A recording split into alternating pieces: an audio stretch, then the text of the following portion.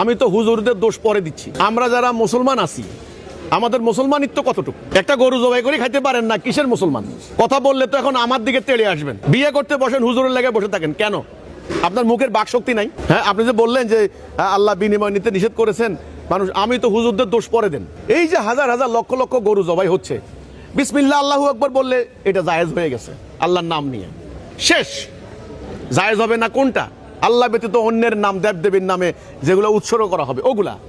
আপনি আল্লাহর নাম নিয়ে বিসমিল্লাহ করে যখন করবেন, এবার দোয়া একটা বাইর করছে যে ইন্নাস সালাতে ওয়া নুসুকি ওয়া মাহইয়া ওয়া মামাতি লিল্লাহি রাব্বিল আলামিন। এইটা যে দোয়া পড়ে যে কোরবানি গরুর গলায় ছুরি দেওয়া হয়, এটা তো আল্লাহর, এটা কোরআনের এটা কথা ছিল না।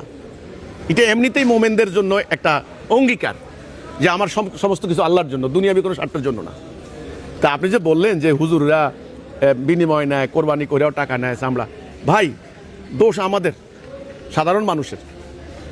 আমরা একটা গরু জবাই করতে করে খাইতে পারি না, একটা বাচ্চার নাম রাখা কেন? প্রত্যেক মুসলমানের জন্য এলেম হাসিল করা ফরজ, আল্লাহ রসুল বলেন নাই? হ্যাঁ, কল্লি মুসলিমিন, সমল মুসলমানদের যে এলেম হাসিল করা, তালাবুল ইলমে ফারিদাতান আলা কুল্লি মুসলিমিন, সমস্ত মুসলমানদের জন্য এলেম হাসিল করা ফরজ। কোন এলেম? আপনার দিনই জীবনযাপন করার এলেম, হারাম হালালের জ্ঞান, বৈধ অবৈধের জ্ঞান। এটা কে না জানে? আপনি বলেন তো দেখি, কে না জানে? তাই না? আপনি গরু নিয়ে দাঁড়ায় থাকবেন, হুজুর এসে জবাই করবে, হুজুরে 1000 টাকা দিবেন, তো ঠিকই আছে।